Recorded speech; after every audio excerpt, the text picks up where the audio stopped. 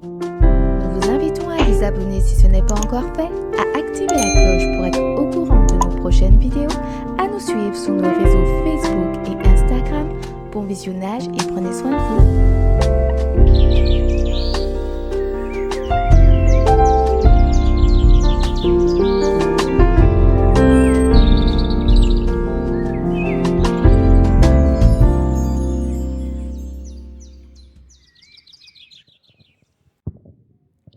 Bonsoir et bienvenue dans l'émission Éclaire-moi, l'émission qui répond à vos questions. Près de Jésus, je trouve un sûr asile. Et si mon ciel est parfois menaçant, il me rassure, en lui, je suis tranquille. Dans ma faiblesse agit son bras puissant.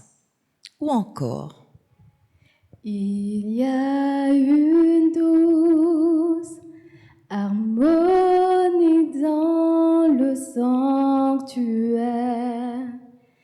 Il y a un calme dans cette atmosphère. Viens déposer les fardeaux que tu portes dans le sanctuaire, car Dieu est là.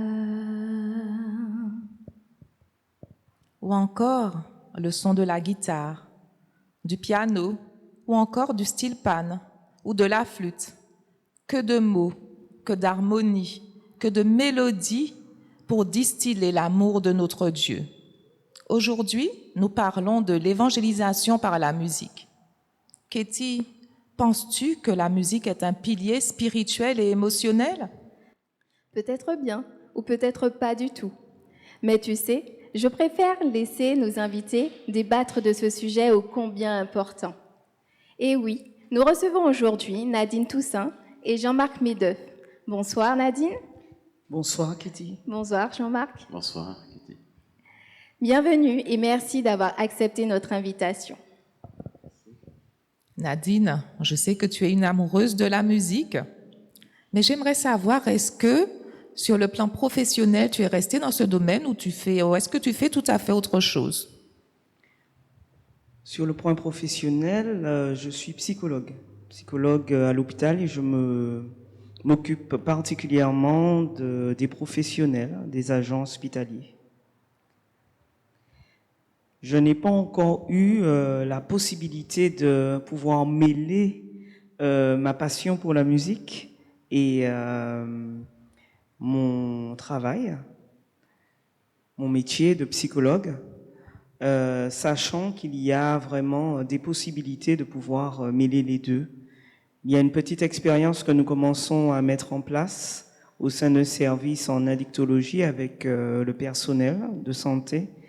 Et nous menons une petite expérience de musicothérapie pour pouvoir donner un élan particulier à la dynamique du collectif de travail, la dynamique de travail, la cohésion des équipes.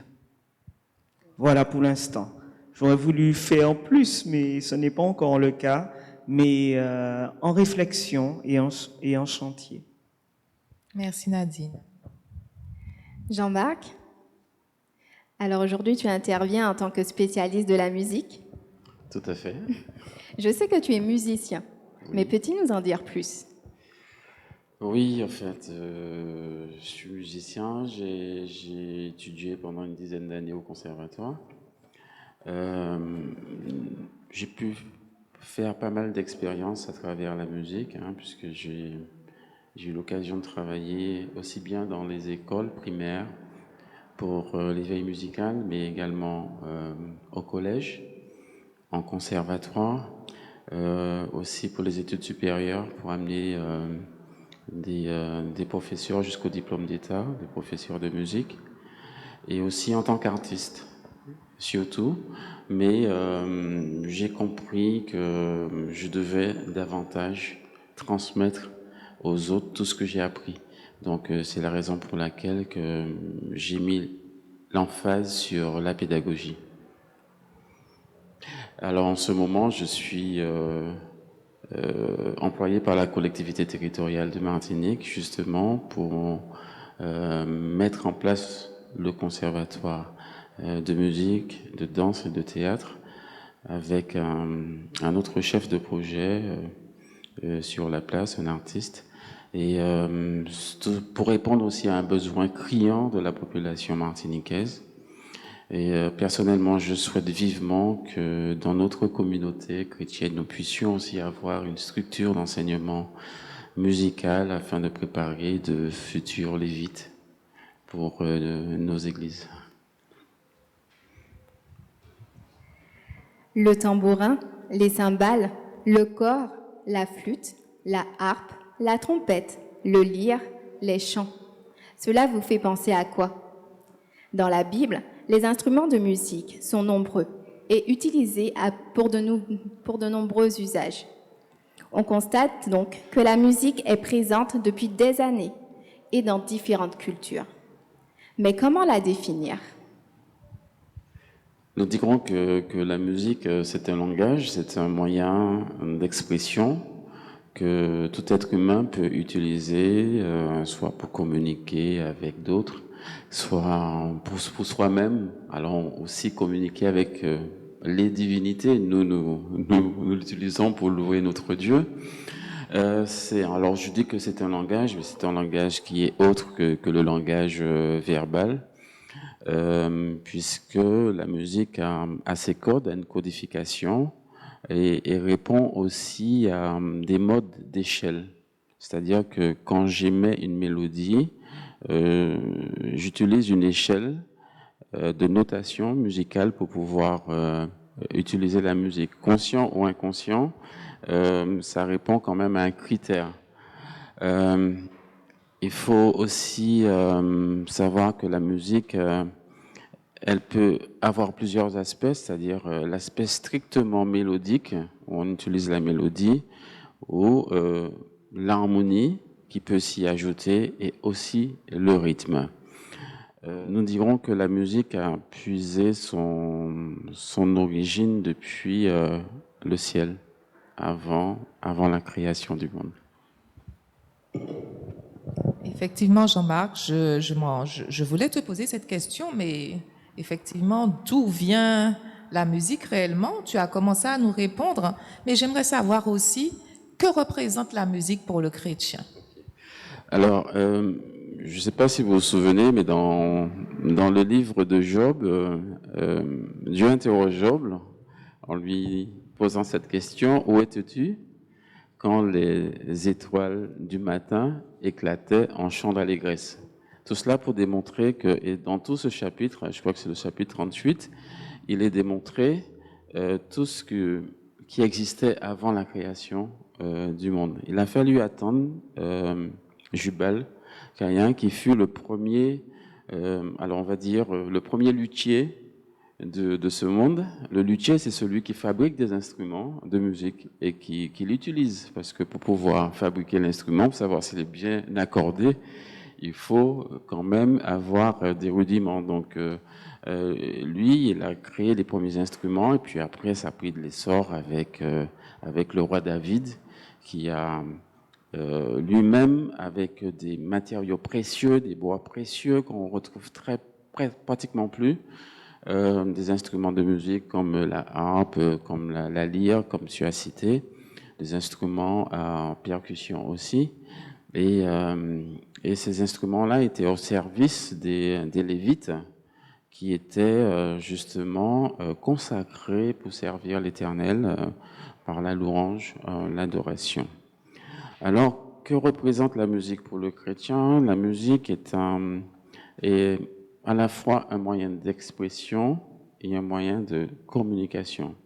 Donc, le chrétien peut l'utiliser, peut s'en servir pour dire ce qu'il a du mal justement à dire avec les mots, donc le traduire par la musique. Par exemple, son amour pour Dieu, sa reconnaissance, sa louange. Mais il peut aussi s'en servir pour communiquer avec les autres, c'est-à-dire encourager les uns dans leur marche avec le Seigneur et transmettre aux autres le message du salut. Mais elle contribue aussi, et c'est toutes les facultés que Dieu nous a données, elle contribue aussi à l'épanouissement et à l'équilibre de l'être humain, parce qu'on a besoin d'être récréé, on a besoin de récréation, on a besoin comment dirais-je, de s'épanouir à travers la musique. Et d'ailleurs, les enfants d'Israël ont donné l'exemple parce que la musique était présente dans tous les aspects de leur vie. Moment de joie, moment de deuil, moment d'adoration. Elle était vraiment présente au moment des vendanges, de récoltes, après les victoires remportées par les soldats qui revenaient de guerre. Voilà, donc dans tous les aspects, jusqu'à maintenant, on voit que la musique, elle est omniprésente. Et puis aussi, elle traverse les cultures, parce que passer d'un endroit à un autre, on se rend compte qu'elle peut avoir non seulement une connotation différente, mais elle peut aussi avoir une sonorité différente. Par exemple, si j'écoute de la musique chinoise, je saurais tout de suite que ça vient de l'Asie parce que ils ont un mode, une échelle musicale qui ne correspond pas à ce que nous utilisons dans le monde occidental. Donc c'est perceptible. Tout cela pour dire que il y a plusieurs modes qui régissent la musique. Hein. D'ailleurs, les Lévites utilisaient un mode ancien. Si vous on l'utilise maintenant dans nos congrégations, on va dire mais c'est quoi, ça vient d'où ce genre parce que on n'est pas habitué à cela, d'accord. Et ils avaient aussi leur notation musicale qu'on appelle des théamim, et ces notations musicales étaient placées au-dessus ou en dessous du texte hébreu. Donc ce sont des partitions de musique qui étaient sur la Bible hébraïque, d'accord. Et c'est ce qui a permis justement à des musicologues de faire des relevés, de faire des transcriptions avec l'échelle que nous connaissons pour pouvoir restituer ces musiques d'antan. Voilà. Dans le mode occidental, on utilise principalement le mode majeur et le mode mineur. Hein. Quand vous entendez les musiciens dire bon, c'est en do majeur ou c'est en la mineur, donc voilà, ils se comprennent parce que ça correspond à une échelle. Je voulais également, Jean-Marc, un peu recontextualiser ce que tu étais en train de partager en disant, nous sommes ici à la Martinique, aux Antilles, et la musique a aussi une contribution. Et lorsqu'on se rappelle de nos anciens, je vais parler des esclaves, la musique avait une place particulière, il rythmait les différentes sphères d'activité, que ce soit au chant, que ce soit dans la joie et dans la réjouissance, que ce soit dans les moments de deuil, que ce soit dans des moments plus spirituels, il y avait différents types de musique adaptée aux différentes activités auxquelles cette musique était destinée. Donc la musique est vraiment, j'ai envie de dire, complètement ancrée et indissociable de l'évolution de l'être humain et de sa vie, des différents compartiments de sa vie, différentes sphères de sa vie. De sa culture. De sa culture également. Et tu parlais de langage.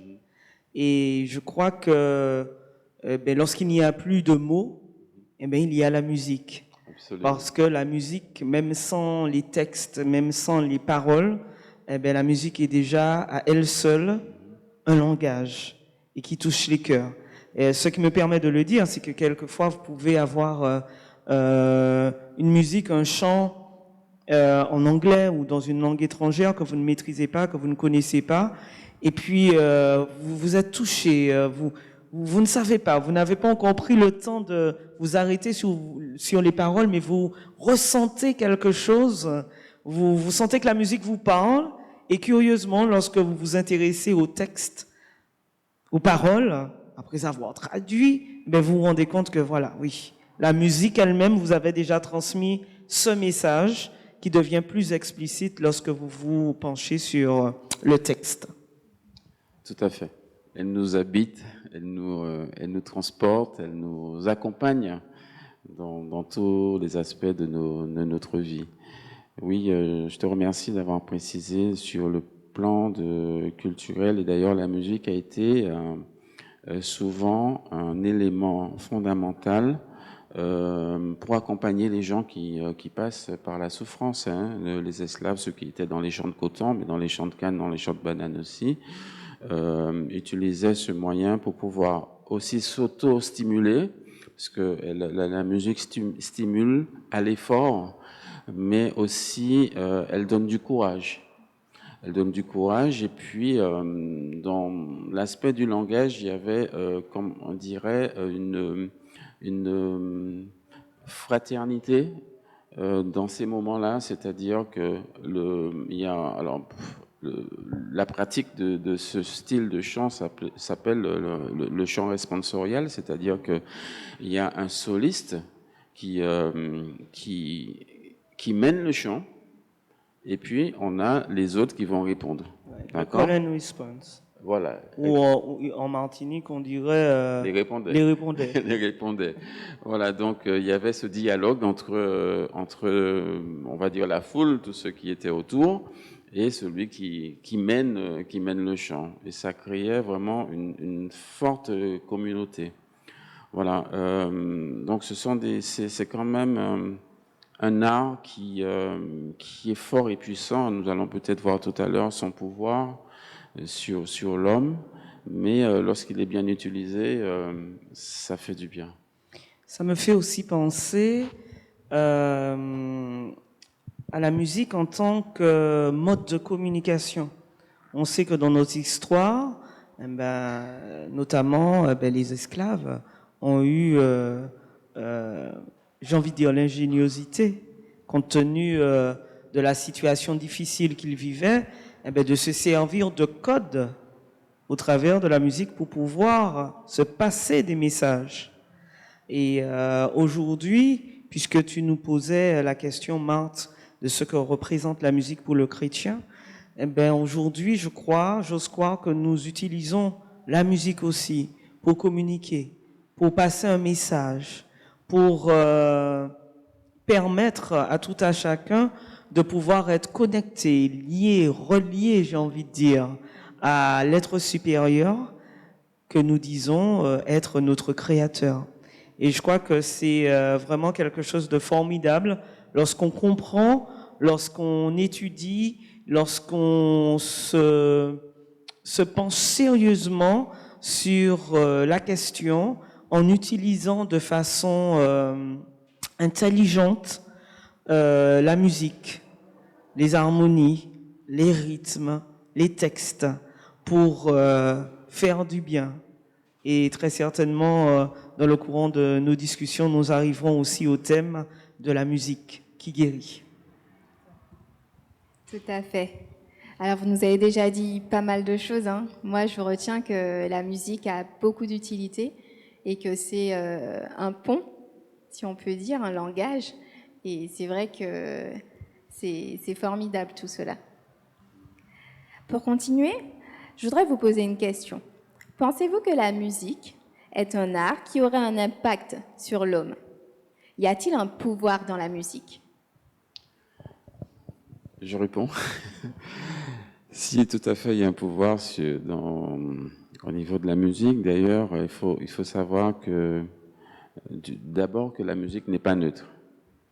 Dans toute la littérature qui est liée à la musique, à la musicologie, depuis l'Antiquité grecque jusqu'à nos jours, les hommes ont remarqué, ont découvert qu'il y a un pouvoir au niveau de la musique, un pouvoir qui peut pousser l'homme à l'action, soit pour le bien, soit pour le mal. Il faut également prendre conscience que la musique, c'est un art qui s'adresse au sens. Et tout ce qui s'adresse au sens peut être perverti. Si j'utilise une musique sensuelle, donc elle sera utilisée à bon escient pour évoquer l'amour humain, mais elle ne sera pas adaptée pour magnifier l'amour divin. Tout cela pour dire que dans la musique, il y a des choix judicieux à faire. dans son pouvoir, elle peut aussi faire du mal, faire du tort. Nous savons qu'il y a quelqu'un qui a aussi vécu dans le ciel et qui a été doté d'un pouvoir extraordinaire en ce qui concerne la musique, et à qui on ne peut rien apprendre dans ce domaine, et qui utilise cet art justement, faire de cet art que Dieu a créé une contrefaçon. Et puisque nous avons des musiques qui vont pousser les individus, et c'est terrible, jusqu'à la mort. On peut programmer quelqu'un avec de la musique pour la tuer, quoi. Il existe de la musique manipulatrice, de la musique, par exemple, la publicité, des musiques utilisées pour la publicité, ce sont souvent des musiques qui ont une connotation, qui vont vous pousser à faire des achats, mais il y a pire que ça, c'est-à-dire que il y a des choses que nos oreilles entendent et d'autres choses qu'elles n'entendent pas, qui sont en sous-bassement à plus de moins 20 décibels, et ce qui fait qu'on peut y intégrer des messages pour nous pousser au suicide. On peut aussi programmer des gens, par exemple, je vais envoyer quelqu'un en mission pour détruire, pour déstabiliser un gouvernement ou une fraction, etc. Je peux programmer la musique. Dans le sport, la musique est très utilisée maintenant pour rendre agressifs les boxeurs, les gens qui font de la lutte, mais également dans d'autres sports connus comme le foot et tout. Donc en fait, il y a un pouvoir, et les hommes ont bien constaté que cet art-là est également une arme qu'on peut utiliser. Et pour le chrétien, il y a ce pouvoir de gagner des âmes à Christ à travers la musique, de guérir les gens. Donc, j'invite tout un chacun à faire de ce domaine, de cet art, une bonne utilisation pour ne pas justement se laisser aller dans les méfaits que peuvent produire certaines musiques. Lorsque j'entends pouvoir de la musique, spirituellement, ça me fait penser au récit biblique, Jean-Marc. Et nous savons que lorsque le peuple d'Israël partait en conquête vers le pays promis, ben, qu'il y avait toujours les chantres devant pour pouvoir dynamiser, mettre, j'ai envie de dire, en accord et peut-être même d'accord tout ce peuple, tout cet élan dirigé par l'Esprit de Dieu.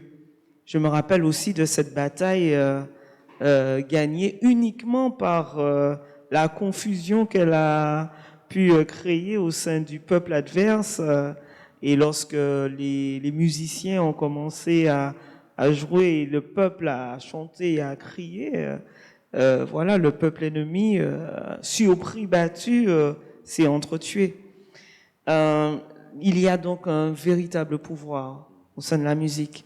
Et j'ai envie de dire, toute la sagesse à laquelle nous appelle notre Dieu, c'est de pouvoir l'utiliser selon l'utilité qu'il a lui-même destinée à la musique.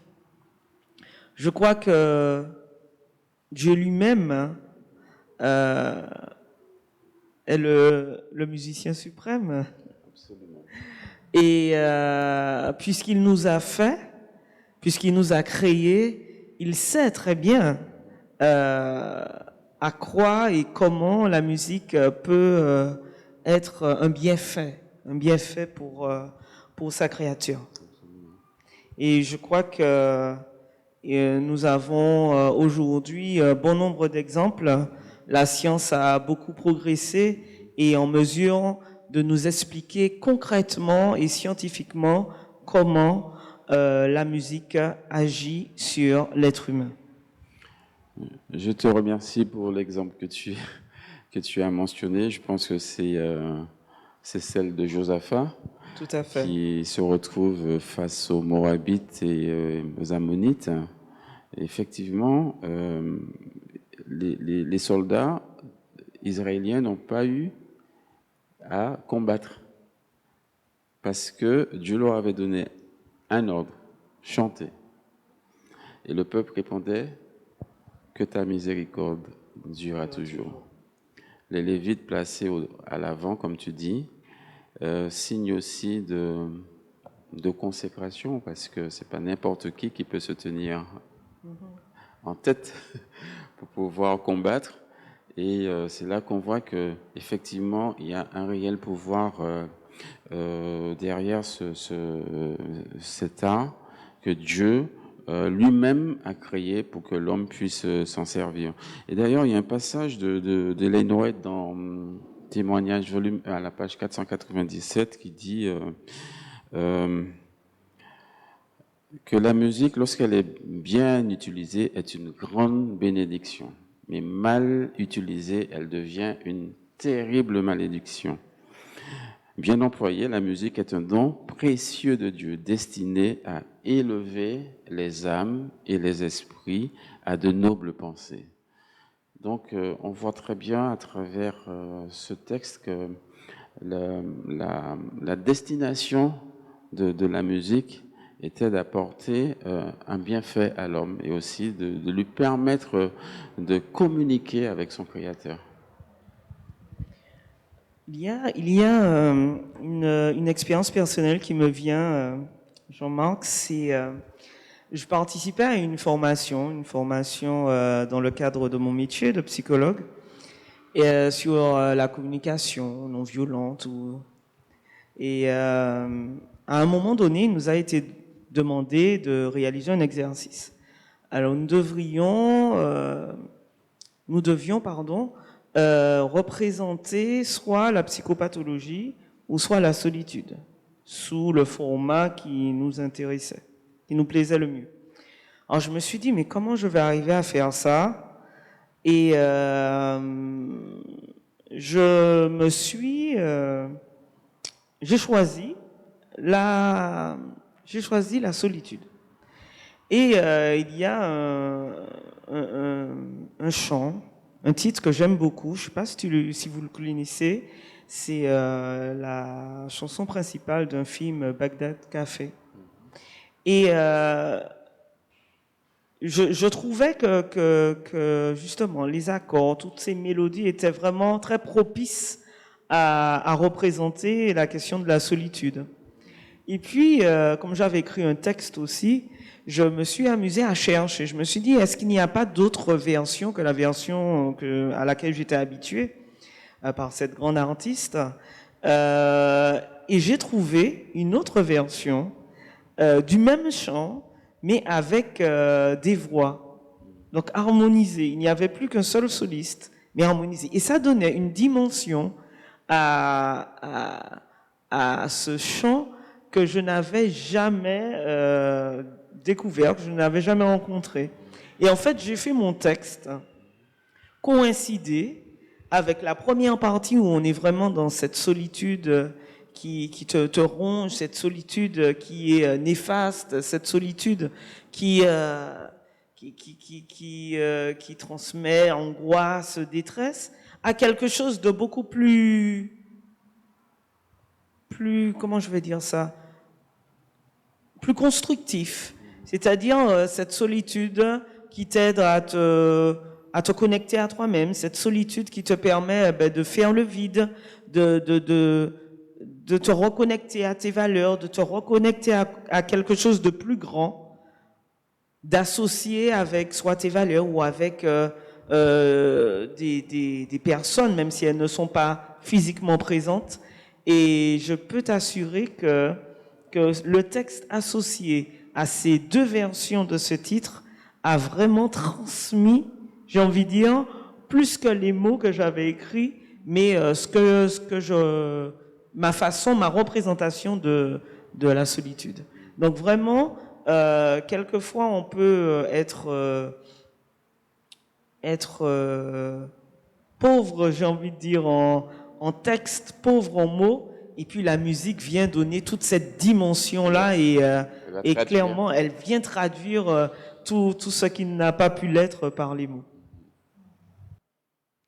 J'aimerais partager avec vous 2 titres composés et écrits par moi et avec une orchestration de mon ami Fabrice Pognon, qui est vraiment un ami sans faille, toujours présent, à qui Dieu a accordé un don immense et qui contribue beaucoup dans divers groupes et avec différents chanteurs et musiciens à la Martinique. Le premier, Célébrons l'auteur de la vie, qui nous rappelle combien Dieu a placé la famille comme pilier pour l'être humain. Donc que nous avons interprété avec quelques jeunes de Jaspe.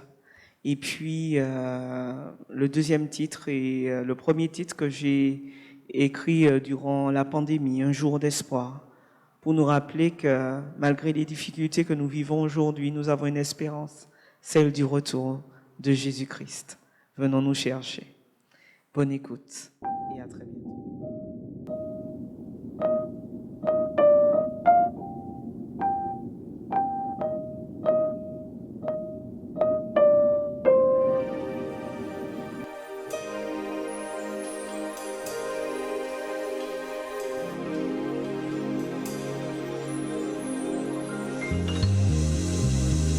Un jour d'espoir nous est préparé, où nous serons libres et connectés à la source divine de joie, de paix.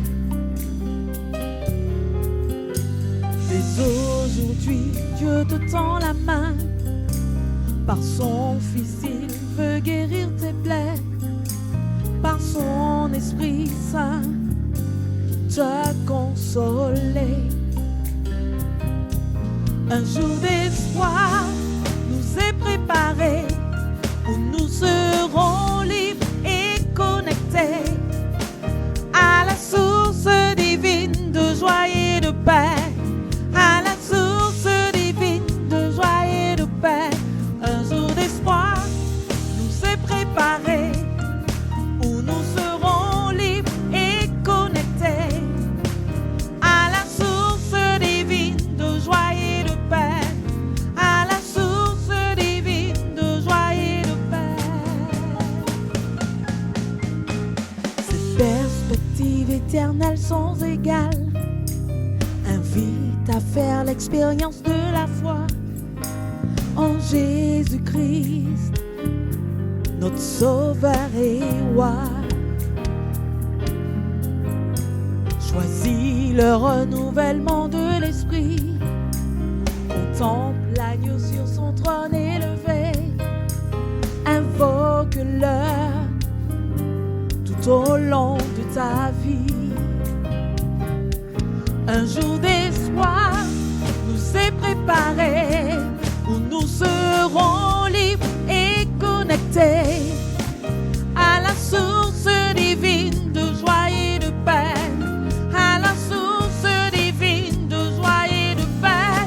Un jour d'espoir nous est préparé, où nous serons libres et connectés à la source divine de joie et de paix, à la source divine de joie et de paix. Un jour d'espoir nous est préparé, nous serons libres et connectés à la source divine de joie, de paix.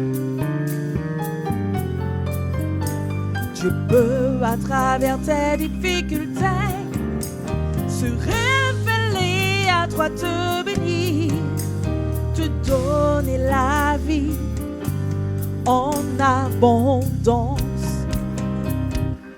Un jour d'espoir nous est préparé, où nous serons libres et connectés à la source divine de joie et de paix, à la source divine de joie et de paix. Un jour d'espoir nous est préparé, où nous serons libres et connectés à la source divine de joie et de paix, à la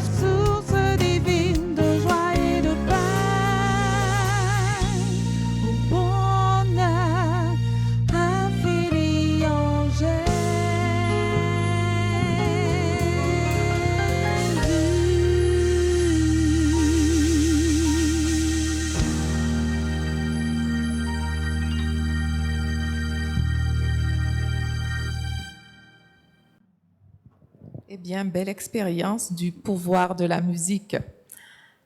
J'aimerais faire une pause pour te dire à toi, âme chargée, espère.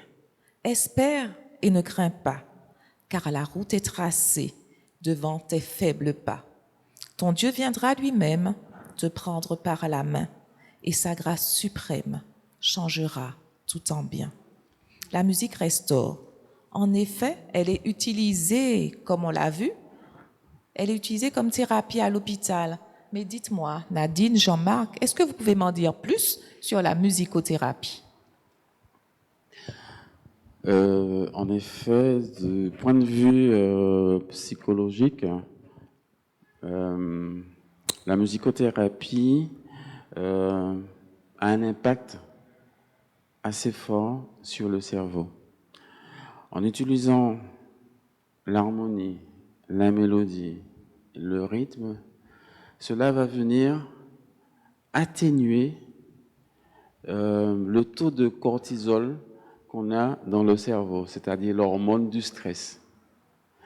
Et la musique va venir justement au bénéfice du cerveau pour lui apporter de l'endomorphine, de la sérotonine, de la dopamine. Ce sont des hormones de bien-être qui vont susciter la joie, qui vont susciter la paix, qui vont un sentiment de bonheur.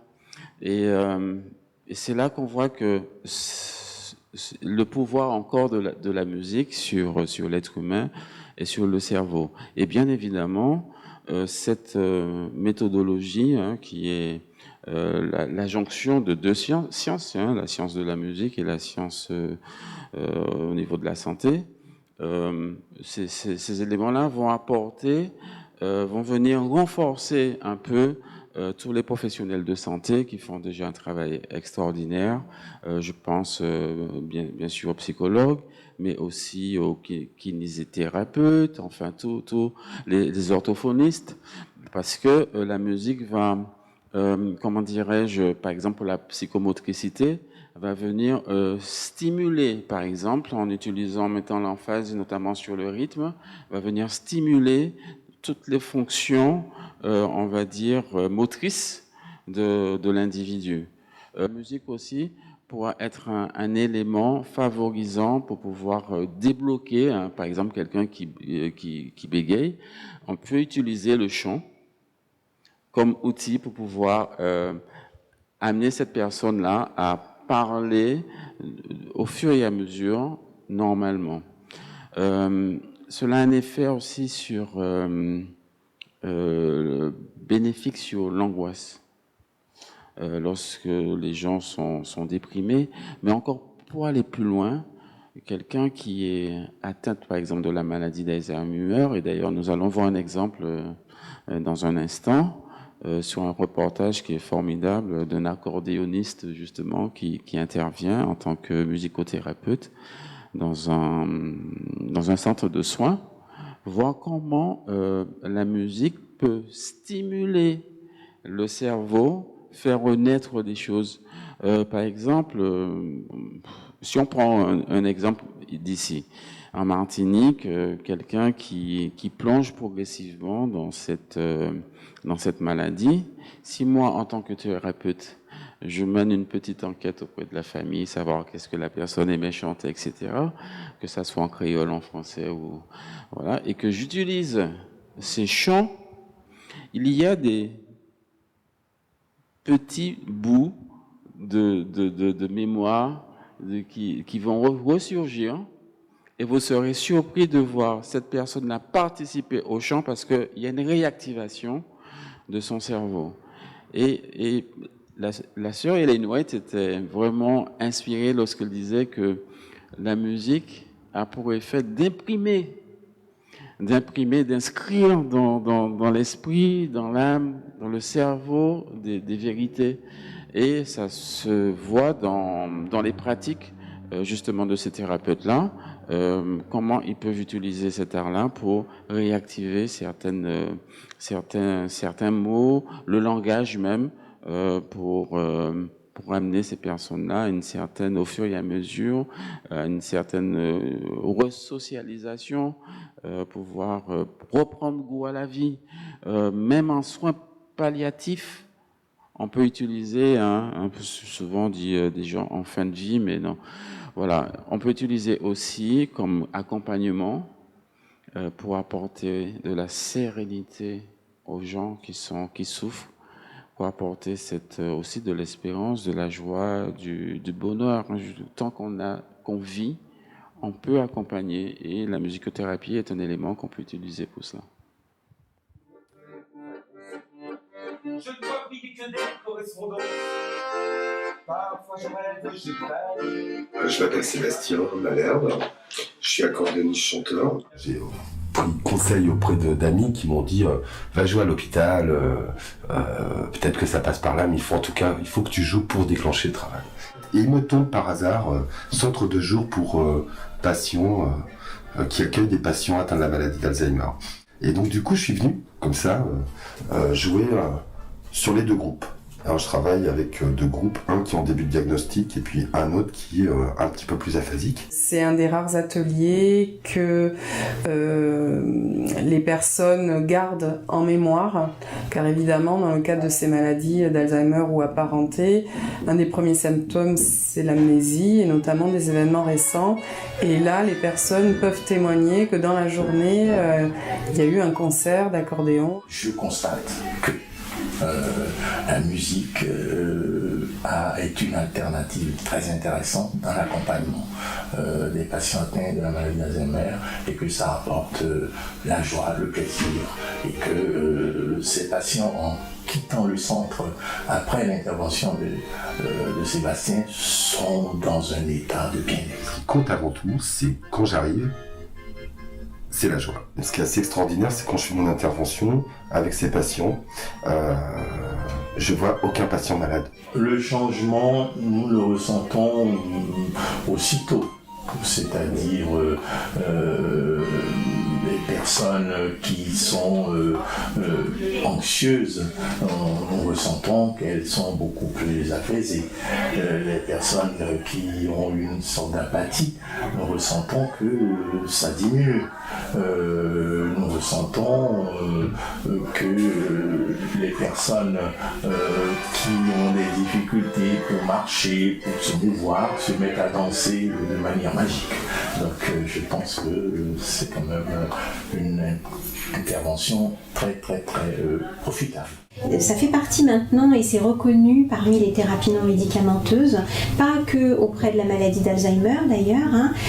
Une étude qui a été faite par des neuropsychiatres donc sur les bienfaits de la musique en général auprès de patients de maladies psychiatriques, auprès de toutes sortes de patients et de pathologies. C'est une thérapie joyeuse.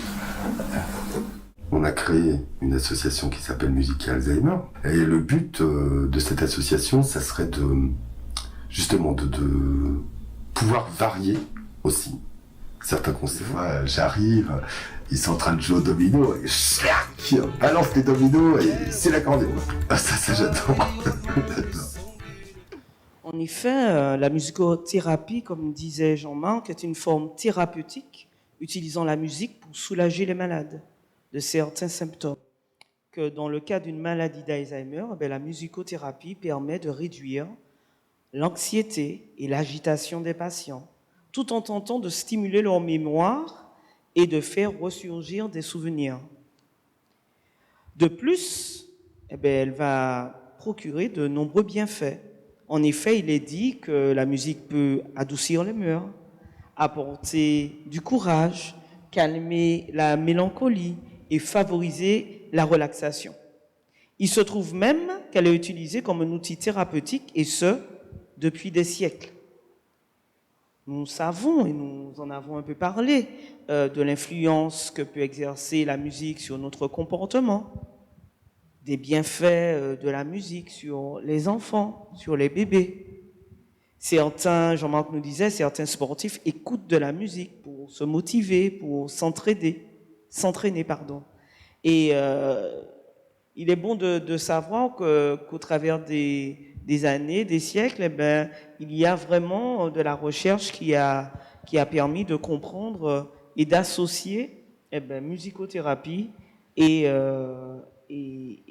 médecine, avec tout un tas de professionnels de santé qui interviennent là-dessus.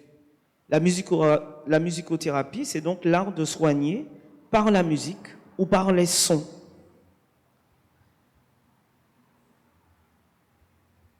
Les maladies à soigner par la musique sont diverses, multiples. Alors tu parlais de musique pour vaincre l'anxiété et le stress, mais également de musique pour vaincre la douleur. Et effectivement, tu parlais des soins palliatifs.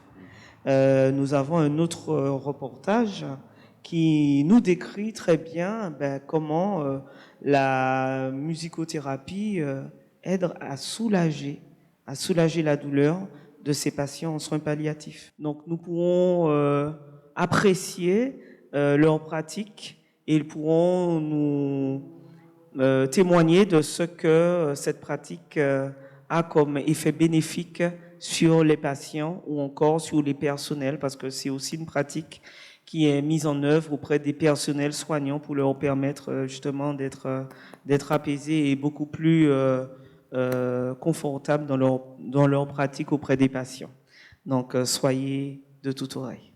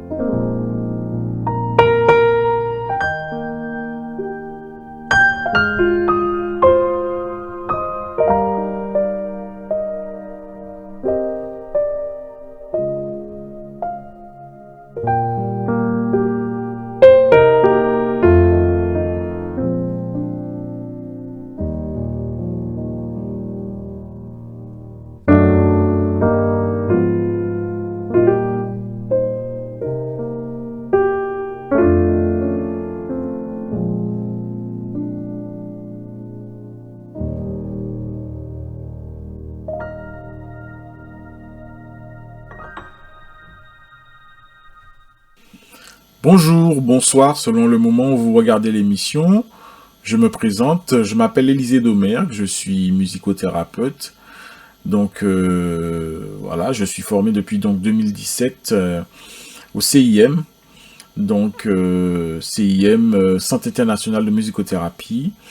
Donc j'ai également une pratique musicale d'à peu près 30 ans, de pratique du clavier. Donc,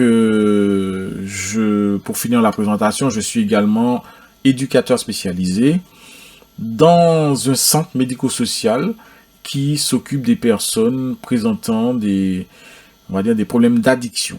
Donc, addiction à des produits psychoactifs, l'alcool, le crack, le cannabis, etc. Et également, des troubles addictifs, mais comportementaux. Ça peut être des troubles liés à l'alimentation, liés au ce qu'on appelle le jeu pathologique, etc. Donc, pour revenir à ma pratique personnelle, il m'arrive très souvent, donc je vous ai dit que je travaille avec un public de personnes ayant des troubles addictifs, des personnes qui ont des problèmes de consommation de drogue, etc., qui sont dans une dynamique de changement, dans une dynamique de rétablissement.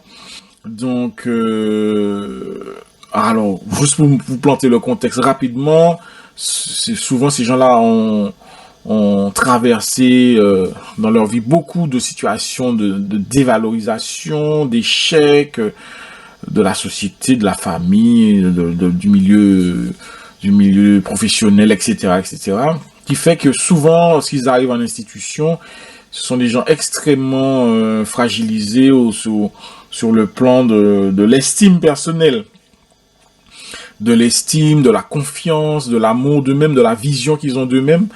Donc, ce sont des paramètres que je prends en compte dans ce que je leur propose en musicothérapie.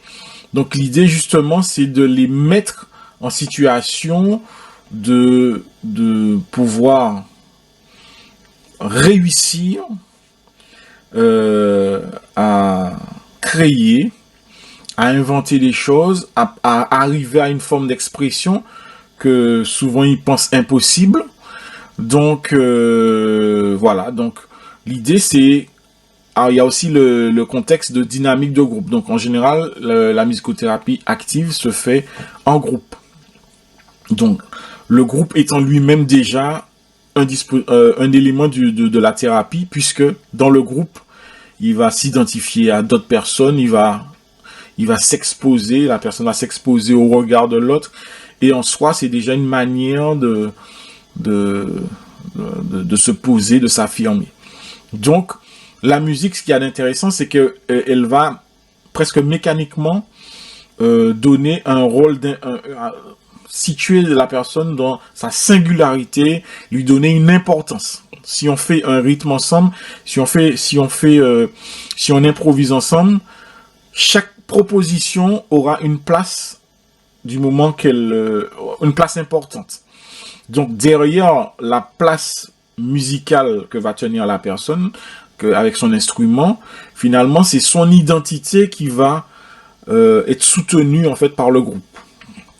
Bon, c'est des processus peut-être qui, voilà, je sais pas, j'espère que ça vous parle, mais en tout cas, dans cette dynamique de groupe, de production, de faire de la musique, de pratiquer, de manipuler l'instrument, il va avoir aussi beaucoup de mécanismes d'identification, mais aussi de revalorisation. Et c'est ça l'idée. C'est ça l'idée. L'idée, c'est de permettre à la personne de se sentir exister, de se sentir importante.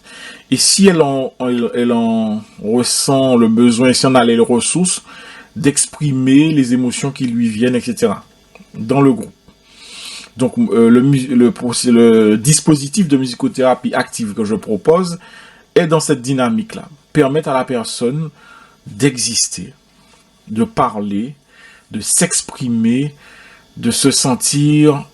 de sentir qu'elle a de la valeur, qu'elle a de l'importance et qu'elle est capable d'être dans un monde, enfin, dans un univers d'esthétique, de beau, etc. Donc voilà, donc je vais dire, c'est un petit peu ça que je mets en place à quelque chose qui nous dépasse. Et donc la musique a en cela une dimension extrêmement élevée. Donc je vous, pour ceux qui sont pour ceux qui croient, et ça, on sait très bien que la musique a une dimension qui dépasse de loin l'homme. Donc ça, je le vis au quotidien et on voit très bien que la musique a une dimension véritablement spirituelle. On va finir par ce mot-là. Donc, j'espère que mon intervention vous a permis d'en connaître un petit peu plus. Et je vous dis à bientôt. La musicothérapie, elle a deux axes. Un axe où Le patient peut être acteur. On parlait de la maladie d'Alzheimer et retrouver la motricité, activer la mémoire. Mais le deuxième axe, c'est l'écoute. L'écoute. Simplement de la musique qui va agir, qui va détendre, qui va apaiser, qui va, je vais le dire ainsi, décentrer la personne sur son mal et pouvoir vraiment lui permettre de prendre de la distance avec sa situation et lui permettre d'atteindre un niveau d'apaisement. Tout à fait. Et j'ai vécu une expérience il y a quelques années de cela avec mon épouse qui est orthophoniste et nous avons visité quelqu'un qui avait une maladie dégénérative. C'est l'ataxie cérébelleuse. Et donc, qui perd en fait le langage, qui perd toute sa motricité. Donc cette personne était complètement alitée. Et donc nous nous sommes présentés en disant que nous sommes venus passer un moment avec toi. Et il était un peu gêné, il n'était pas coopératif, mais il ne pouvait pas non plus bouger pour nous le faire savoir. Mais on sentait qu'il n'était pas... Et puis j'ai dit, bon, on va chanter pour vous. J'avais ma guitare, on s'est mis à chanter, j'ai joué. Au fur et à mesure, vous voyez sur les traits du visage que cette personne commence à se détendre. Et vous voyez, au fur et à mesure, ses lèvres qui commencent à bouger. Et pour couronner le tout, il prend ses deux bras, ses deux mains et tente de se soulever pour pouvoir mieux regarder et participer.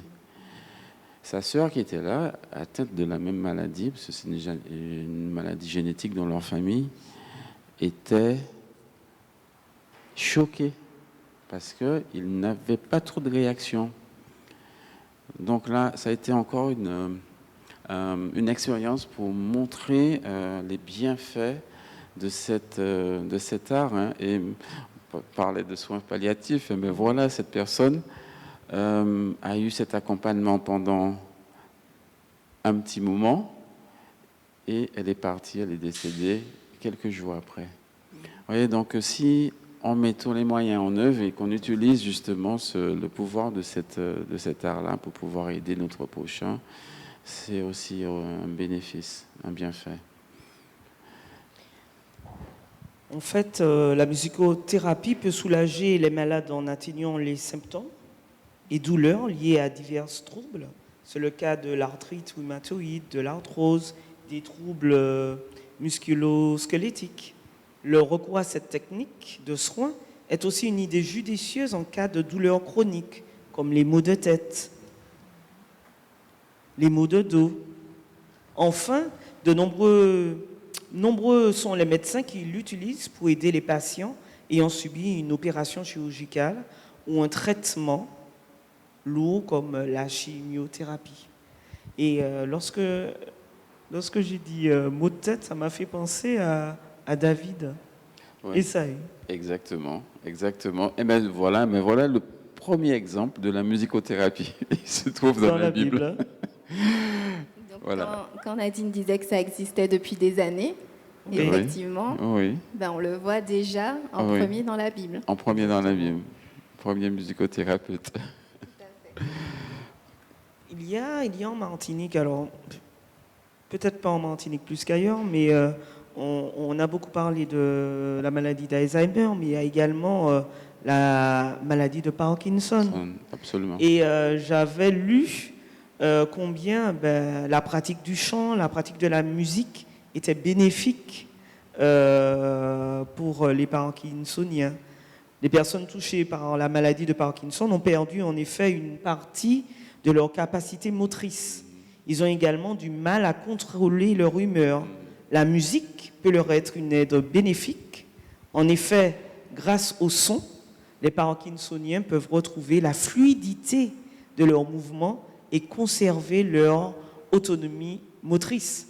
La musique peut également aider les patients à contrôler leur humeur en extériorisant leurs émotions et à calmer les symptômes nerveux comme la peur, le stress, l'anxiété. En somme, l'état des malades s'améliore au fur et à mesure où ils écoutent de la musique rythmée ou ils chantent. Absolument. Peut-être une dernière chose, peut-être qu'on va parler du cerveau après, mais j'ai eu l'occasion dans mon enseignement d'accompagner des personnes qui avaient eu des accidents de la main, par exemple. Et par des techniques d'arpège, j'ai utilisé ce moyen-là pour pouvoir justement rééduquer les doigts, parce que les doigts bougeaient pratiquement plus, et au fur et à mesure, on voyait les efforts. Et donc, c'était plus le prof de musique simplement, mais c'était le thérapeute qui avait conscience du besoin de guérison de cette personne, pour pouvoir amener justement à terme cette guérison par des techniques guitaristiques pour permettre la mobilité des doigts, l'agilité des doigts, et ça fonctionnait très bien, et ces personnes étaient très, très heureuses et étaient à mille lieues de penser que la musique pourrait être au service de cette rééducation-là. J'en ai discuté beaucoup avec certains kinés qui m'ont dit oui, effectivement, qu'ils envoient des fois des gens vers des professeurs de piano, de guitare, etc. Et pour pouvoir faire un complément, voilà, un complément. Donc Tu as tout à fait raison, et les recherches que j'ai effectuées m'ont amené à voir également que la musique pouvait traiter, en tout cas contribuer au traitement de la dyslexie. Oui. De la dyslexie. Grâce à l'apprentissage musical, les enfants ont connu une grande progression au niveau de la lecture. Les symptômes de la dyslexie ont même disparu. C'est ça. En réalité, la musique peut optimiser le fonctionnement des zones qui traitent la parole et le langage dans le cerveau. Est-ce que tu peux nous en dire plus, Jean-Marc? Justement, parce qu'en fait, il y a un hémisphère qui traite tout ce qui est logique et langage, et l'hémisphère droit va gérer tout ce qui est musique. C'est extrêmement important ce que tu viens de dire, parce qu'il y a des expériences qui ont été menées, et ça on pourra le voir en images, grâce à une IRM, une image à résonance magnétique, qui montre le cerveau de musiciens et le cerveau de non-musiciens. Par exemple, des enfants qui ont commencé une pratique instrumentale à l'âge de 7 ans, lorsque quelques années passent et on réalise cette IRM, on se rend compte que une partie centrale du cerveau, appelée le corps calleux, est complètement nourri. Il est pratiquement blanc. Et puis on regarde à côté, on a l'impression d'un trou noir. Ça ne veut pas dire que ceux qui n'ont pas fait de musique ont un cancer. C'est pas du tout ça, mais simplement que l'activité bimanuelle conduit à un phénomène interhémisphérique qui fait que le cerveau est très nourri, et ça va permettre à cet individu-là d'améliorer son attention, sa concentration et sa mémoire. Donc le cerveau, la musique joue un rôle très très très important dans le cerveau, et on pourra voir aussi en image différentes parties du cerveau qui vont réagir face à cet art, par exemple la maîtrise des gestes de la pratique instrumentale va être gérée par une partie du cerveau qui se trouve en haut, et l'entraînement collectif, lorsqu'on joue en groupe, on joue en orchestre, on chante en chorale, c'est le cortex préfrontal qui va gérer cette partie-là. Et le corps calleux, comme je disais, c'est effectivement l'utilisation des deux mains. Si on prend l'exemple d'un organiste, il a plusieurs claviers. Il a une pédale pour pouvoir appuyer le volume d'exécution, et il a un pédalier qui représente un clavier pour la jambe gauche. Il a une main qui va sans doute faire les mélodies et l'autre main qui va marquer les harmonies. Plus la lecture de la partition. Ça veut dire que le cerveau fait un travail, un calcul immense pour pouvoir combiner tout cela. Donc, ça montre aussi la puissance du cerveau, parce que si moi, en tant que novice, je me présente devant l'orgue, je ne saurais pas quoi faire. Moi, on me met devant une batterie, je dis ouais, je ne sais pas quoi faire.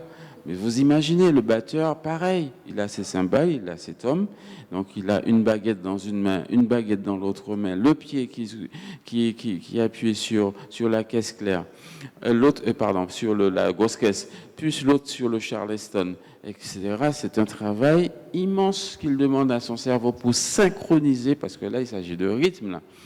Et chaque élément fait quelque chose de différent.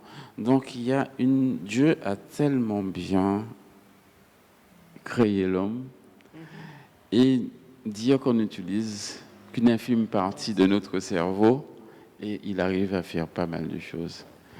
C'est une coordination très complexe qui vient interpeller plusieurs parties de plusieurs parties de notre cerveau et puis vient mobiliser certain nombre des muscles.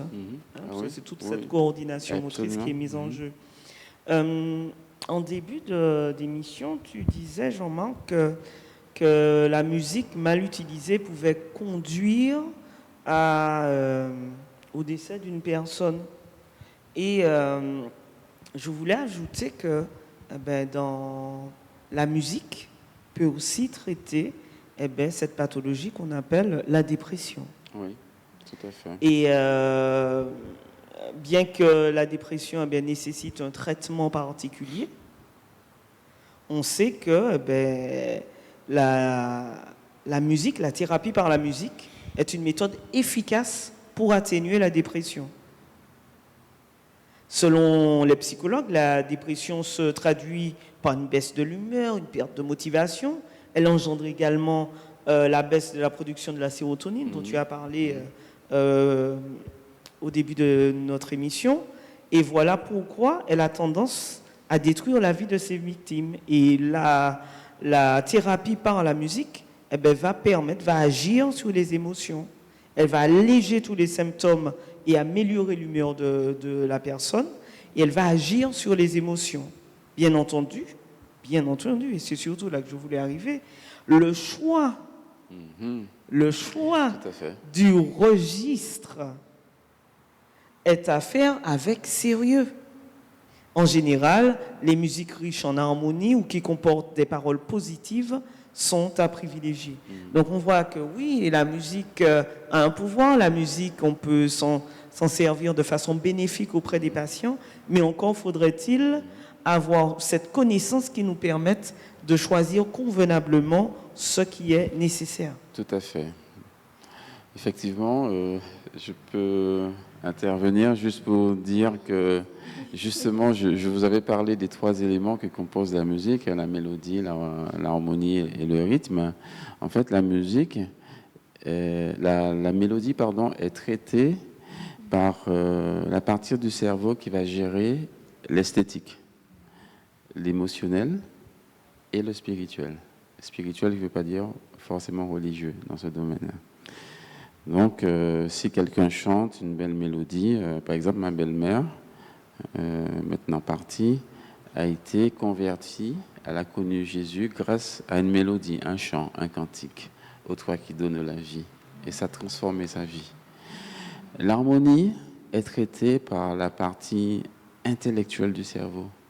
Parce que l'harmonie est plus complexe. L'harmonie, c'est une superposition de mélodies. Donc, en fait, le cerveau, même si on n'a pas l'impression, le cerveau calcule pour, par exemple, si on écoute un chœur, oui, il distingue une voix qui est différente de l'autre, etc.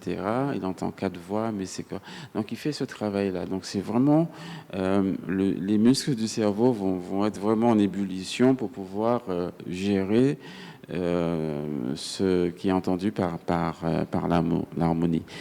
Le rythme, par contre, c'est l'élément le plus fort parce que il entraîne tout le monde dans son sillage. Tout le monde dans son sillage. Même les plus réticents. Même les plus réticents.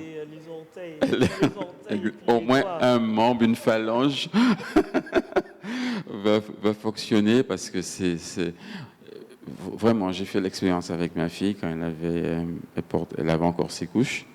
J'ai fait une compilation de plusieurs musiques africaines, arabes, tout antillaises, et vous lui donnez des jeux et vous faites tourner la musique. Vous seriez surpris et surprise de voir la réaction. Si on veut voir le comportement de quelqu'un, le comportement à travers la musique, c'est d'observer un enfant. Vous seriez incroyable. Vous seriez surpris de voir comment l'enfant change d'attitude et de comportement en fonction de la musique. Quand je suis arrivé à la partie qui nous concerne le plus en Martinique, le belay, l'enfant s'est souvenu qu'il y avait quelque chose qui ressemblait à un tambour à la maison. Elle a cherché partout. Elle a trouvé, elle a pris le tambour, elle a couché le tambour, elle s'est assise dessus et elle a tapé dessus. Donc, il y a des choses. Et moi, j'avais le frisson, je dis, mais c'est pas possible, c'est pas vrai. Une autre expérience pour montrer le pouvoir de la musique, c'est quand l'enfant est encore dans le ventre de sa mère. J'avais besoin de faire cette expérience parce que ça fait des années que j'étudie sur ce domaine, le domaine de la musique. Et j'avais entendu des expériences menées par les Chinois, notamment les Japonais également, surtout, sur, par exemple, comment on peut orienter déjà un enfant vers quelque chose. Par exemple, si je veux que mon enfant soit super en anglais, dans les langues étrangères, bien, je veux toute la journée, je veux faire de l'audio anglais dans la maison. Et pour la musique, ça réagit. Je veux que mon fils soit violoniste, voilà, que du violon à la maison, on écoute. Alors moi, j'ai essayé avec la guitare. J'ai mis la guitare sur le ventre et je jouais. J'ai composé une petite mélodie que je jouais tout le temps. L'enfant est né, etc. Alors, première expérience, quand on me remet le bébé, je chantonne cette mélodie. Les yeux étaient fermés, ping, ça sauve. 2 ans après, ou un peu plus tard, l'enfant me dit, il y a quelque chose qui trotte dans ma tête. Je dis, mais c'est quoi? Dis-moi. Elle me dit une petite chanson. Et puis, elle chante la mélodie. Elle joue la mélodie. Moi, j'ai presque eu peur parce que je me suis dit... Tout cela pour montrer qu'en fait, c'est tellement incroyable, ça nous dépasse. Et quand c'est vraiment bien utilisé, comme tu dis, c'est vraiment quelque chose de merveilleux. Effectivement, il est prouvé scientifiquement, maintenant que je sais, que l'enfant dans le ventre il n'entend pas le son au premier abord, mais il perçoit les vibrations. Exactement. Qui sont perçues par son corps. Et c'est pour ça qu'après, je pense qu'il les reconnaît par la suite. C'est ça. Alors pour revenir, Nadine, j'ai une question qui me trotte depuis que je vous entends parler de musicothérapie. Et en fait, je me demandais, si moi, imaginons, je fais une dépression, mais antérieurement, je ne suis pas quelqu'un qui soit sensible à la musique. Est-ce que cet outil, la musicothérapie, sera efficace sur moi? C'est une excellente question. Alors, je pense très honnêtement que les personnes qui ont une sensibilité à la musique, on peut imaginer qu'elles seront beaucoup plus stimulées par cette thérapie. Et malgré tout, j'ose croire que même ceux qui n'auraient pas un attrait particulier par la musique, ne serait-ce que par l'expérience que Jean-Marc vient de relater, on sait que la musique aura un impact sur ces personnes. Parce que si on considère l'exemple du nourrisson, du bébé, qui n'est pas encore né, qui est à l'intérieur du ventre de la mère, comme tu le disais, il ressent les vibrations. La musique se ressent Après, je peux aimer, ne pas aimer tel type de musique. Là, je suis dans l'intellectualisation de ce que j'entends. Mais en tout cas, ce que je perçois, les vibrations, j'ai envie de dire, c'est physique. Je peux dire ça. C'est physique et physiologique. C'est physique, c'est physiologique. Donc ça dépasse, j'ai envie de dire, ma volonté. Et c'est là où le mésusage de la mauvaise utilisation de la musique est interpellante. Parce qu'il y a quelque chose qui dépasse la volonté même de l'individu et qui va agir sur. Et c'est pour cela que c'est vraiment important, quand on est musicien, qu'on utilise de s'intéresser, d'aller au-delà du plaisir de jouer, d'aller au-delà de la passion pour cet art, et vraiment de rechercher, d'étudier, de lire pour que la musique produite aille vraiment dans le sens que l'on souhaite et qu'on ne passe pas à côté ou qu'on ne fasse pas du tort en voulant faire du bien. Donc oui, la musicothérapie a un impact, je pense, sur un bon pourcentage de personnes. Par rapport à ta question, je voudrais partager une expérience que j'ai vécue en tant qu'artiste. Je me suis retrouvé dans un concert où il y avait toutes sortes de personnes, je ne vais pas nommer leur nom, et je me suis dit, qu'est-ce que je fais là? Mais j'ai compris que Dieu utilise ses enfants à n'importe quel moment, n'importe quand. Alors, il y avait des artistes qui avaient des pratiques particulières, comme il y avait des vaudouistes, il y avait des maricalistes, il y avait des bouddhistes, etc. Et certains avaient leur gris. Mais avant de monter sur scène, ils sont hyper angoissés, pour revenir à ta question, hyper angoissés. Et puis moi, je suis là, donc je prends ma guitare, je joue des louanges, les yeux fermés. Je fais toujours ça avant d'entrer sur scène. Je joue des louanges. Puis à un moment, j'ouvre les yeux. Je les vois tous rassemblés autour de moi avec de grands yeux. Puis je dis, mais qu'est-ce que vous faites? Ils me disent, non, toi, qu'est-ce que tu es en train de faire? Tu ne peux pas savoir le bien que ça nous a fait. Ça nous a apaisés, angoisse volée. On est tranquille, on est prêt à monter sur scène et tout cela. Parce que j'avais utilisé des musiques apaisantes, agréables, et ça a cassé cette angoisse qui était bien entretenue. Et ils n'arrivaient pas à trouver une solution avec leur gris-gris, avec leur truc. Oui, il y avait beaucoup de istes, mais il y avait un adventiste aussi qui était présent et qui a été utile à ce moment-là. Et chose particulière, c'est que ce sont des gens qui faisaient du gros son. Et moi, je viens avec une guitare acoustique sur scène. Et bien, figurez-vous que les gens demandaient bis. Parce que là encore, ça leur a fait du bien. D'après les témoignages que j'ai reçus à la fin du concert, ça nous avait transportés.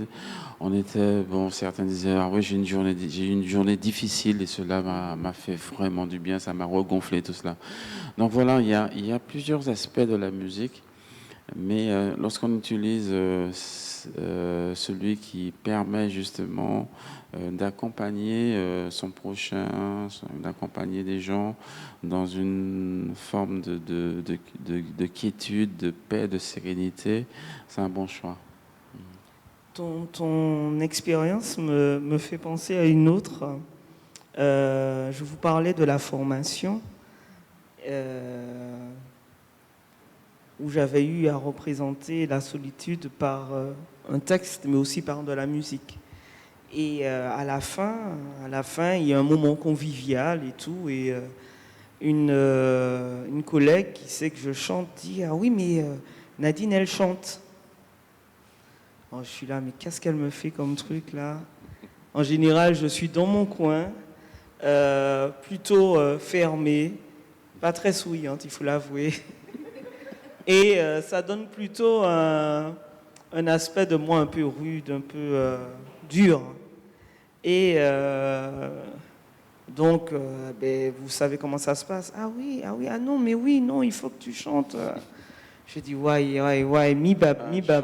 Un chant. Et je me dis, bon, allez. Je me doute bien que toutes ces personnes ne sont pas habituées à ce type. Et je m'élance et je chante Amazing Grace. Et là, silence total. Tout le monde se retourne, genre, c'est bien la même. C'est bien la même Nadine, quoi. Parce que c'est une musique qui vous prend aux tripes, c'est un message, c'est une couleur, et j'ai envie de dire, on ne se cache plus derrière la musique. C'est impossible. La musique transmet ce que vous avez à l'intérieur de vous-même. Et là, ben, ils avaient vraiment une connexion avec Nadine. Celle qu'on connaît que lorsqu'on on s'approche, on discute, et puis on arrive à être un peu plus intime, et puis on voit qui est Nadine. Et je crois que la musique à laquelle Dieu nous appelle est celle qui fait son auditeur le découvrir. Et moi, je deviens un outil, un instrument au travers duquel Dieu va parler à son enfant. Et ça, c'est extraordinaire. Et partout, je vous assure, partout.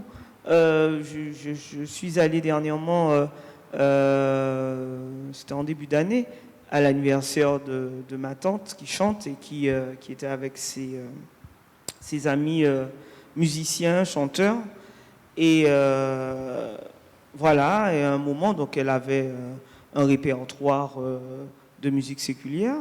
Et à un moment donné, elle dit, ah oui, je veux que Nadine vienne chanter avec moi, on va vous faire un petit chant.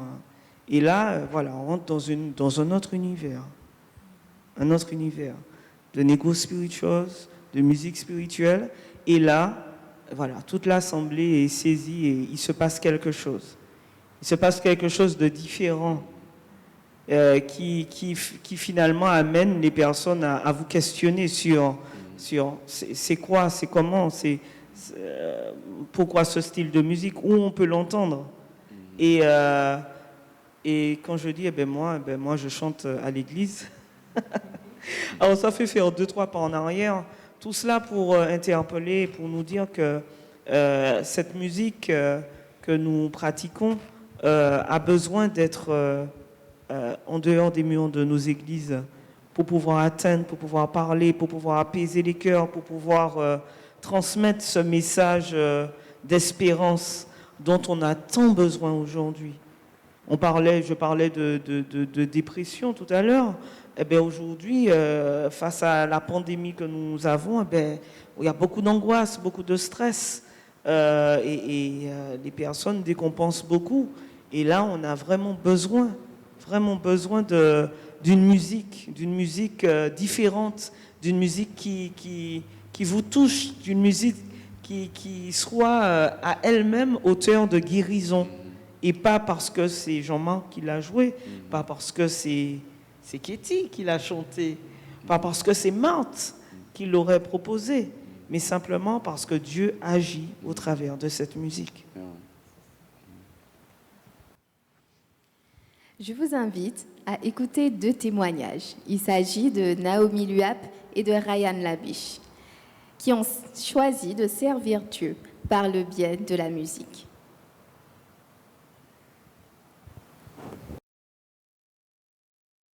Bonsoir Naomi. Bonsoir Marthe. Merci de nous accueillir chez toi. Hein? Eh bien, c'est avec plaisir. C'est avec beaucoup de plaisir. Eh bien, tu sais, c'est vrai qu'on a une image de Naomi, mais ce soir, peux-tu nous dire qui est réellement Naomi Luap? Alors, Naomi Luap, c'est simplement la petite servante de l'Éternel, comme j'aime à dire. Le Seigneur m'a appelé à une mission et dès mon jeune âge, j'ai senti qu'il y avait déjà cette onction sur ma vie, puisque lorsque je suis née, les sages-femmes ont dit à mon cri. Cette petite-là, c'est une chanteuse. Donc du coup, dès notre plus jeune âge, nos parents nous ont éduqués dans la foi chrétienne et nous avons grandi, bercés, baignés dans la musique, puisque mon père, c'était un danseur de damier. Il aimait beaucoup le tambour aussi. Et ma maman aimait chanter, mes grands-parents, enfin voilà. Donc, ils nous ont donné le gène, le goût pour la musique. Voilà. Oui, tu avais déjà ce gène, mais quand as-tu réellement pris cette décision de travailler pour ton Dieu? Alors, cette décision, enfin, je ne veux même pas dire que c'est une décision, c'est un appel au fait, puisque j'étais très malade. Et sur mon lit de douleur, le Seigneur m'a envoyé dans Ésaïe 41, à partir du verset 9, et Ésaïe 42 également. Et c'est là que j'ai compris qu'il me parlait directement. Il ne parlait plus à Ésaïe, mais à Naomi. Et du coup, j'ai pris au sérieux son appel et il m'a parlé en me disant qu'il a besoin de moi. Alors, je lui dis que je suis quelqu'un de malade, voilà. Mes poumons sont abîmés, comment je vais faire pour chanter? J'ai mal aux yeux, mes yeux sont abîmés. Donc, il me dit, ne t'inquiète pas pour cela, je m'en occupe. Mais j'ai besoin de toi pour un travail bien particulier que j'ai hésité avant, puisque j'étais encore couchée ce jour-là. Et puis, finalement, j'ai relu Ésaïe 41. Et je lui ai dit, voilà, tu vois dans quel état que je suis. Donc, me voici, emploie-moi et envoie-moi. Et c'est un acte de foi que jusqu'à aujourd'hui, je chemine avec lui. Et dans toutes les missions qu'il me confie, je sens sa présence. Et je sais que c'est lui qui m'a donné cette voix que j'ai, parce que j'ai jamais appris à chanter. Cette voix qu'il m'a donnée pour proclamer et pour aller réconforter ses enfants, consoler son peuple, en fait. C'est ce qu'il m'a dit, va et console mon peuple. C'est pour ça que cette mission tourne autour du réconfort, de la consolation, de l'évangélisation par le chant de l'amour pour les âmes qui meurent, au fait. Et je l'ai pris très, très, très au sérieux. Et j'ai investi beaucoup mon temps, d'argent, de ma personne, parce que j'aime ce que je fais. Oui, j'entends bien, effectivement. Et c'est vrai qu'on connaît Naomi Luap, qui chante depuis déjà des années et qui a mis tout plein de projets en place. Est-ce que tu peux nous parler de ces projets, s'il te plaît? Alors, le premier projet que j'ai eu, c'est au moment où j'ai failli... j'ai eu un gros souci au niveau de l'église et j'ai voulu en finir, au fait. Et ce jour-là, le Seigneur m'a dit, alors que j'étais déjà partie loin dans mon truc, j'ai entendu sa voix m'appeler. Il m'a dit, Naomi, ne fais pas ça. Prends ton stylo et écris. À partir de ce jour, j'ai pris mon stylo et j'écris. Et ça a donné 5 albums déjà que j'ai mis au service de ceux qui souffrent comme moi-même. Des fois, on peut passer par beaucoup de difficultés et on ne sait pas comment s'en sortir. Donc, le chant a été pour moi une thérapie. Et Dieu s'est servi justement de mon ministère. En soignant l'autre, il me soignait. Qui fait que j'ai repris du poil de la bête et j'ai remonté la pente. Et le premier chant qu'il m'a inspiré, assieds-toi à ma droite, jusqu'à ce que je fasse de tes ennemis ton marchepied.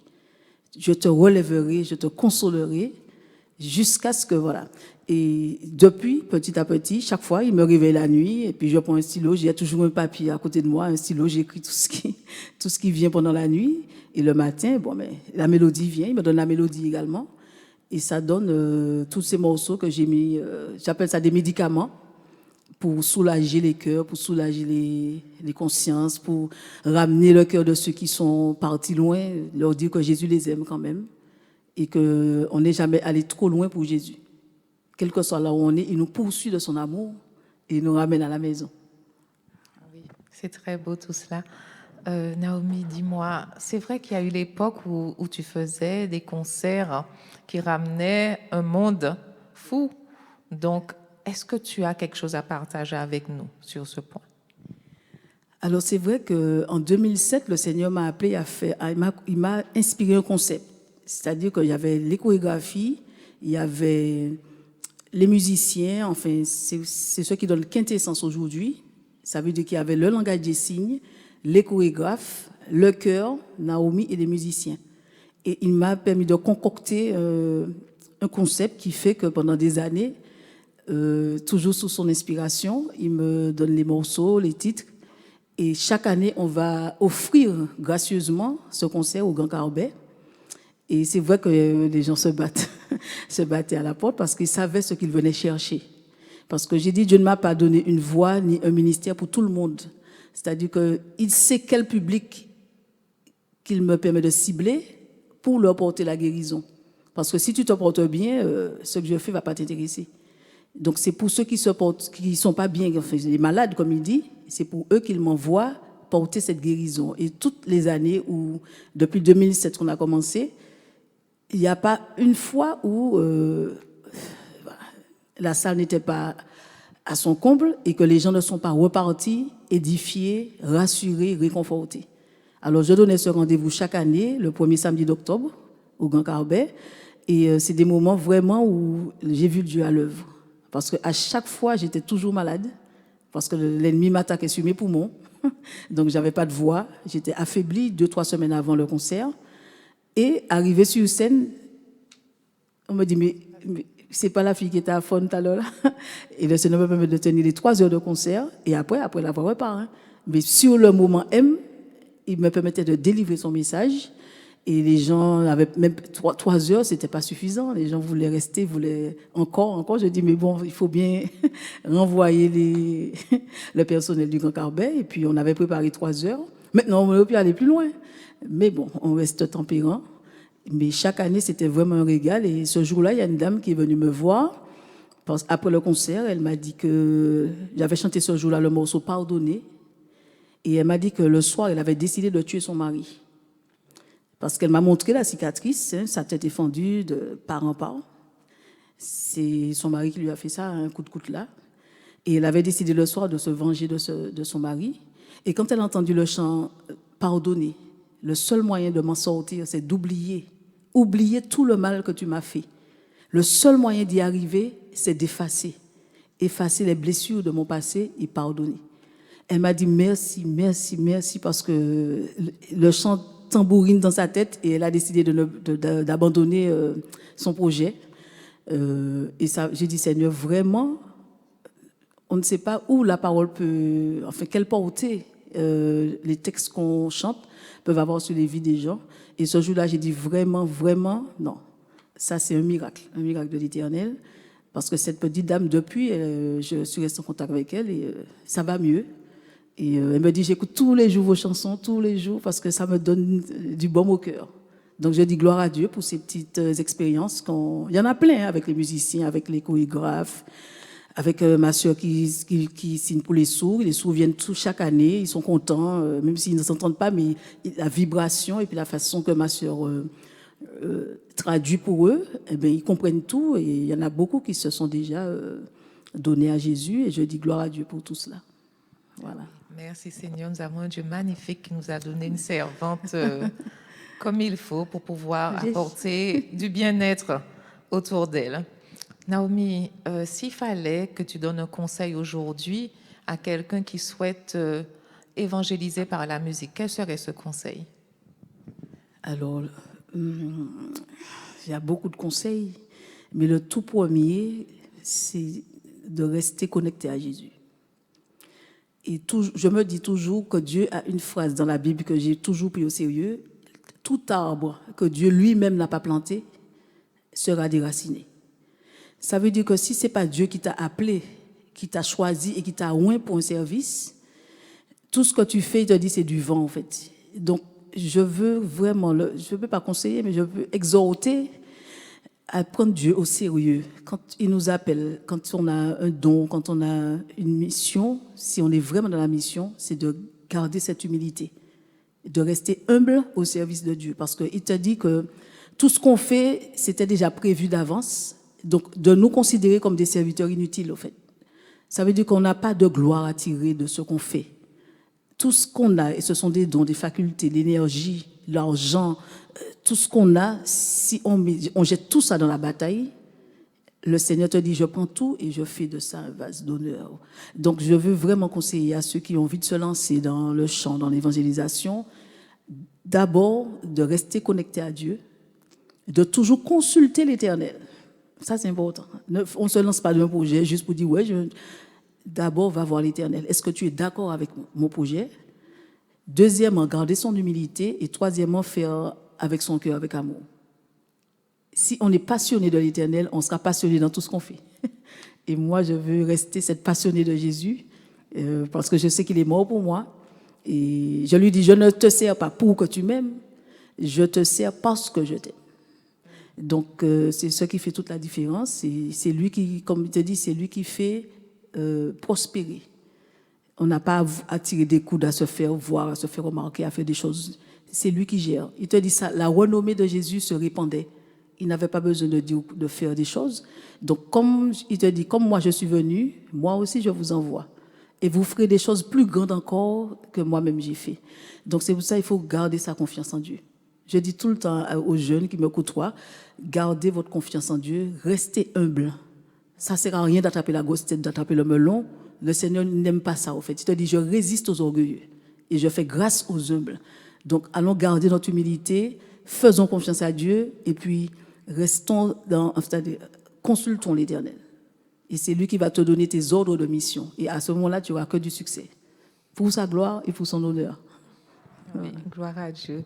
J'aimerais bien que tu offres à nos internautes deux chants qui t'affectent le plus, pour lesquels tu as envie de partager quelque chose de spécial avec eux. Alors, le premier chant, c'est « Pourquoi ?» Ce morceau, le Seigneur m'a inspiré parce que dans la vie, il y a beaucoup de pérégrinations, il y a beaucoup de traversées de désert, il y a beaucoup de personnes qui souffrent et qui ne savent pas où donner de la tête. Et chaque situation, c'est lui qui me l'a inspiré et il t'apporte la réponse à la fin. Pourquoi te parler de Dieu quand ton papa est parti, quand ta maman, quand ton bébé est mort, quand ton mari te bat, pourquoi te parler de Dieu? Et la réponse, il te dit, parce que Dieu, c'est le papa qui comprend, c'est une maman qui console, c'est un ami qui est présent. Donc, cette chanson me tient à cœur, surtout dans ces temps compliqués. Je veux vraiment dédier cette chanson à toutes ces personnes qui ont perdu un être cher, ceux qui sont en difficulté dans le divorce, dans la violence conjugale, dans les enfants qui sont victimes d'inceste, enfin, des femmes qui souffrent de cancer. Enfin, pour toutes ces personnes qui souffrent d'une manière ou d'une autre, cette chanson, c'est spécialement pour toutes ces personnes, parce que c'est un puissant médicament. Je dis, les chansons que Dieu m'a inspirées, ce sont de puissants médicaments. Parce que lorsque tu écoutes, après cela, tu te sens déjà apaisé, et c'est Dieu qui vient passer son baume pour la guérison. Et puis le deuxième chant, c'est, je pense à nos amis anglophones, Soon I Will Be Done. Bientôt, on aura fini avec toutes ces difficultés de cette vie, et on va aller vivre au ciel. Soon I Will Be Done. Et Dieu nous demande de confesser nos péchés, de nous repentir, de nous convertir, de nous soumettre afin qu'il puisse faire la transformation pour que lorsque nous monterons là-haut, qu'on puisse vivre l'éternité avec lui. Moi, c'est mon vœu le plus cher. Je ne suis pas, comme je dis, je n'ai jamais appris à chanter, mais je reste dans mon humilité et je suis quelqu'un de très discret, de très réservé timidement. Mais chaque jour, je demande à Dieu la force de vaincre cette timidité pour pouvoir délivrer son message. Donc les gens me disent, mais on n'aurait pas dit que tu es timide quand on te voit chanter. Mais Dieu seul sait. Dieu seul sait que c'est un combat de tous les jours pour qu'il puisse m'aider à vaincre cette timidité et de m'utiliser pour faire passer son message. Parce qu'on dit tout le temps que, moi j'aime à dire qu'on n'utilise pas le Saint-Esprit. C'est le Saint-Esprit qui nous utilise, qui nous donne la puissance, la force pour délivrer le message. Donc gardons cette humilité. Moi je suis beaucoup dans l'humilité parce que c'est un ingrédient important quand on est au service de Dieu, de garder cette humilité parce qu'on ne fait rien de nous-mêmes. C'est-à-dire, vous ne pouvez rien faire de nous-mêmes. On ne peut rien faire de nous-mêmes. C'est lui qui produit en nous le vouloir. Et j'aime beaucoup cette phrase, le vouloir et le faire selon son dessein éternel. Voilà. En tout cas, merci d'avoir pensé à Naomi. Et merci de me permettre de transmettre à toutes ces générations à venir ce goût du beau, ce goût cette passion pour Jésus et cet amour pour les âmes qui se meurent. Ça, c'est important aussi. Voilà. Eh bien, merci. Merci, Naomi. Merci pour ce partage très, très, très fort, très intéressant, rempli d'émotions. Donc, merci beaucoup, Naomi, et que Dieu continue à te bénir, à bénir ton ministère. Merci à toi, Marthe, et merci à toute l'équipe, et que Dieu vraiment continue de vous utiliser pour que la transmission se fasse et que le partage se fasse. Que toute la gloire revienne à Dieu. Merci. On ne peut dire qu'Amen. Amen. Nous sommes ravis d'avoir pu partager cette première partie d'émission avec vous sur le thème de l'évangélisation par la musique. Et nous allons conclure avec Naomi Luab qui nous interprète en chant.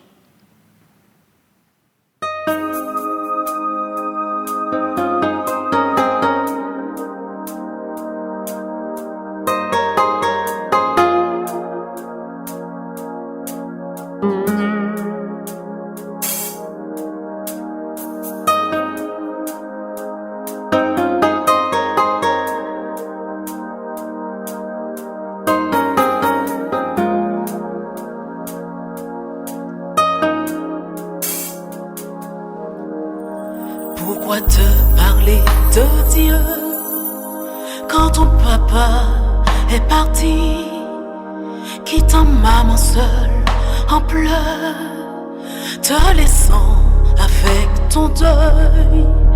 Pourquoi te parler de Dieu quand t'as perdu ton bébé? Il allait si bien pourtant, ce petit cœur qui battait. Pourquoi te parler de Dieu quand ta femme se fait violer, meurtrie dans sa tendre chair, refusant d'être consolée?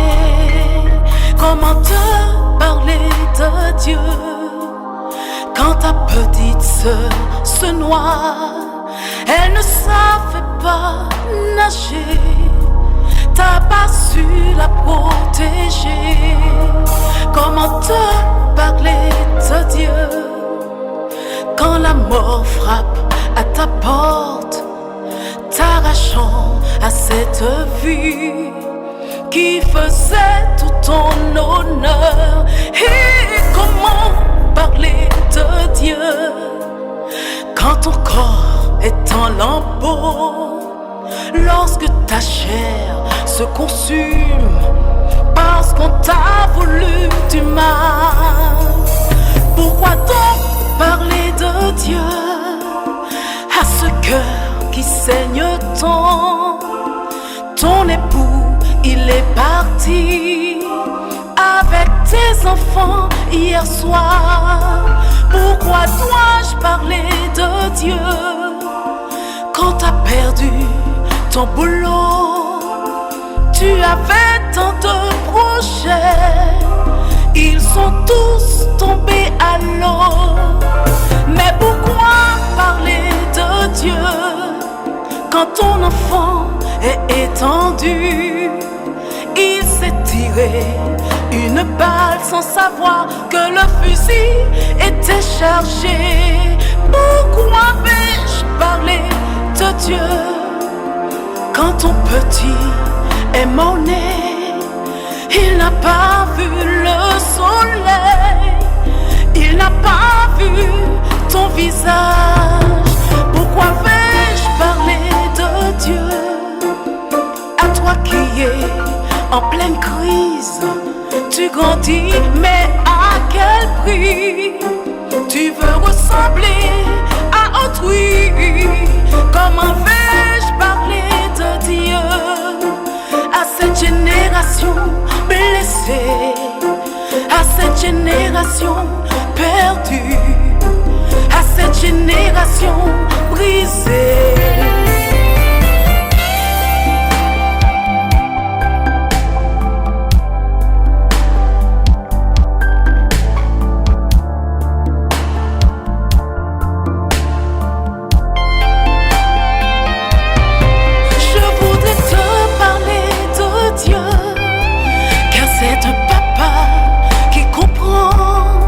C'est un ami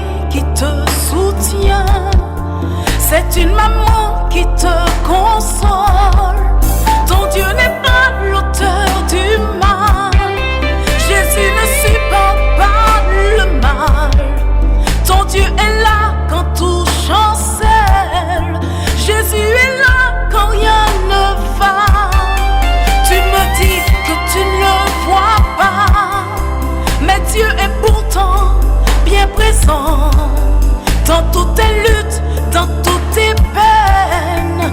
Il voit tes larmes, comprend tes pleurs. Jésus est un ami fidèle et son ennemi est déchaîné. Son ennemi est si enragé qu'il est prêt à tout saccager. Mais Dieu est bon, Dieu est bon, Dieu est bon, oh, Dieu est bon, Dieu est bon. Il m'a sorti du ghetto, m'a arraché Dieu du est bon, m'a sorti du caniveau, m'a offert un Dieu est bon. Il est bon, Dieu est bon. Jésus me montre la voie quand il me prend. Dieu est bon, il ne m'abandonne pas, il est toujours Dieu avec moi. Et s'il l'a fait pour moi, il le fera aussi. Il est bon pour toi.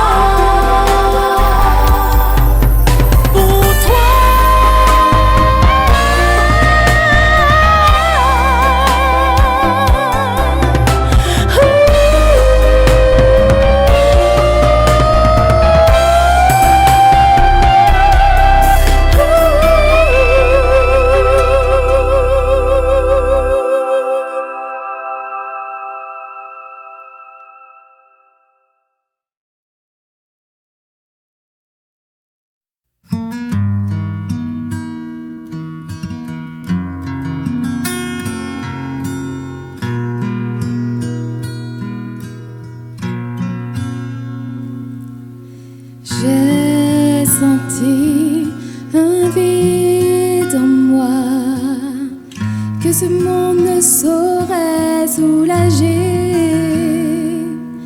Mon cœur était tellement brisé que personne ne pouvait m'aider. Mais j'ai trouvé enfin ce ruisseau doux et réparateur. Oui, il a changé ma vie, me disant viens, bois, réjouis-toi. Mon Dieu suffira toujours au désir de mon âme. Lui seul peut remplir ma coupe jusqu'à ce que mon esprit déborde.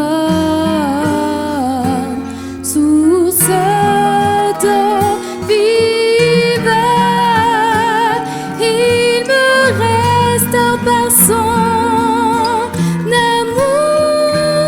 Mon Dieu me suffira toujours.